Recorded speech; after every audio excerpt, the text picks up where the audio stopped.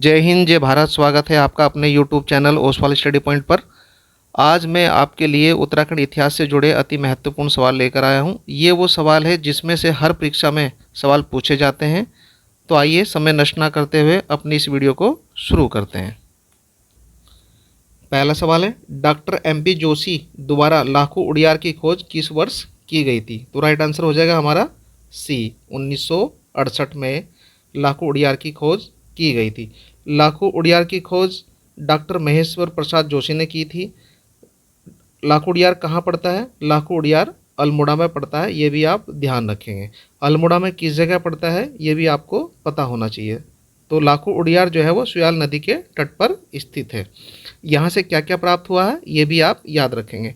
लाखों गुफा में पशुओं एवं मानव के रंगीन शैलचित्र प्राप्त हुए हैं।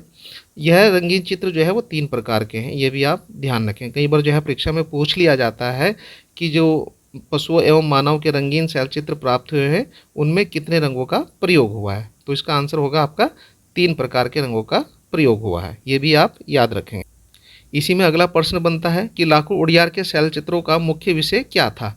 तो मुख्य विषय क्या था ये भी आप याद रखेंगे। मुख्य विषय सामूहिक नृत्य करते हुए मंडली को इसमें दर्शाया गया है, ये भी आप याद रखेंगे। अगला सवाल है, फड़का-नौली स्थान किस नदी के तट पर स्थित है? फड़का-नौली किस नदी के तट पर स्थित है? तो राइट आंसर हो जाएगा आपका सी, सुयाल नदी पर। अगर आपसे ये पूछा जाए कि कहाँ स्थित है तो ये अल्मोड़ा जिले में स्थित है, ये भी आप याद रखेंगे।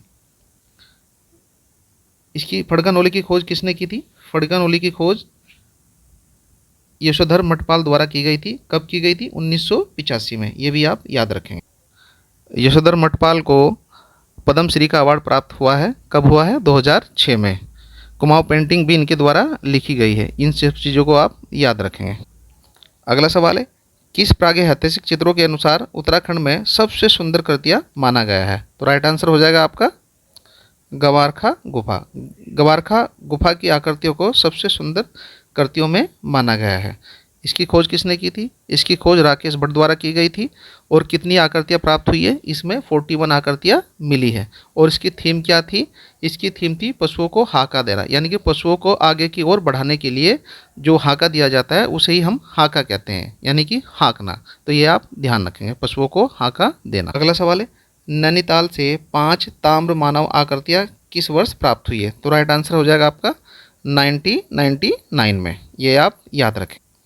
अगला सवाल है, प्रसिद्ध चंद्रेश्वर मंदिर कहाँ स्थित है? तो राइट आंसर हो जाएगा आपका बी, अल्मोड़ा। अल्मोड़ा जिला में चंद्रेश्वर मंदिर स्थित है। कहाँ स्थित है? द्वाराहाट में स्थित है।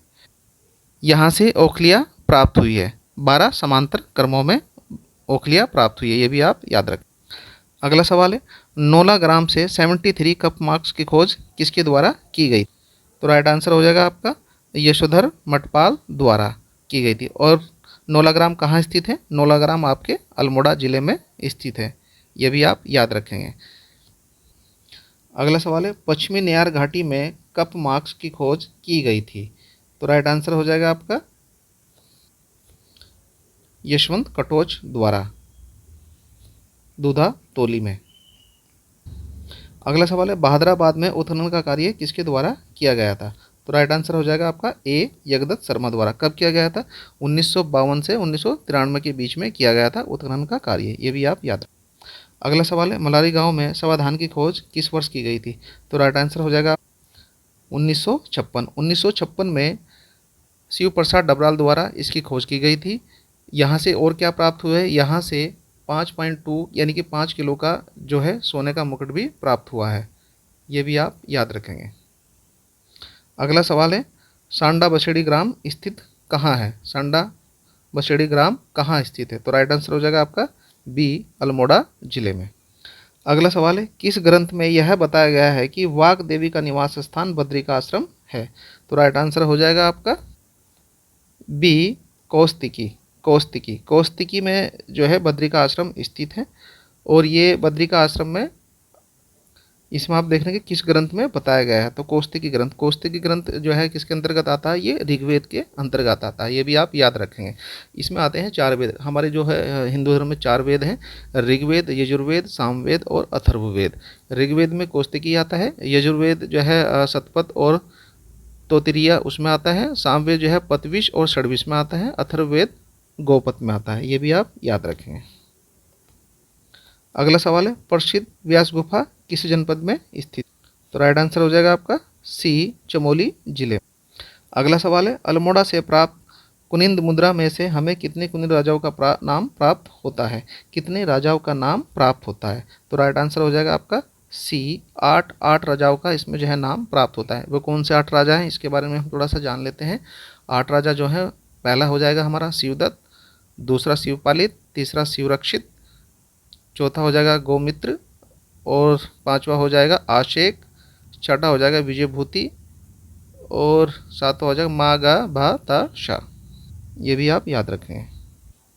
अगला सवाल है लाखा मंडल से प्राप्त यानी कि ईश्वरा का प्रशस्ति पत्र में कितने राजाओं का नाम वर्णित है? तो राइट आंसर हो जाएगा आपका ये बी, 12 राजाओं का। अगला सवाल है गोपेश्वर त्रिशूल लेख किस नाग राजा का है? तो राइट आंसर हो जाएगा आपका सी, गणपति नाग का।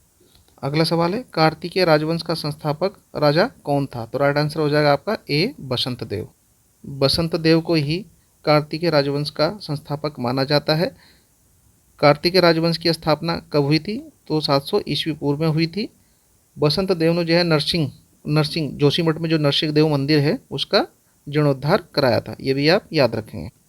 अगला सवाल है तारिक ए मुबारक शाही के लेखक कौन है? तो राइट आंसर हो जाएगा आपका ए, अहमद सरहिंदी।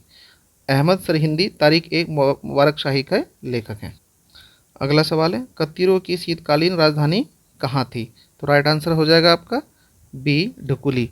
ढिकुली में कत्यूरों की शीतकालीन राजधानी बनाया गया था। ढिकुली कहाँ पड़ता है? ये आपका नैनीताल जिले में पड़ता है, रामनगर के पास में। ये आप याद रखें।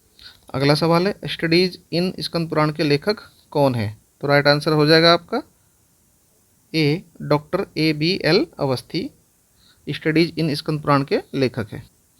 अगला सवाल है शिव प्रसाद डबराल जी के अनुसार हिमालय की प्राचीनतम जाति कौन सी है? तो राइट आंसर हो जाएगा आपका सी, कोल जाति।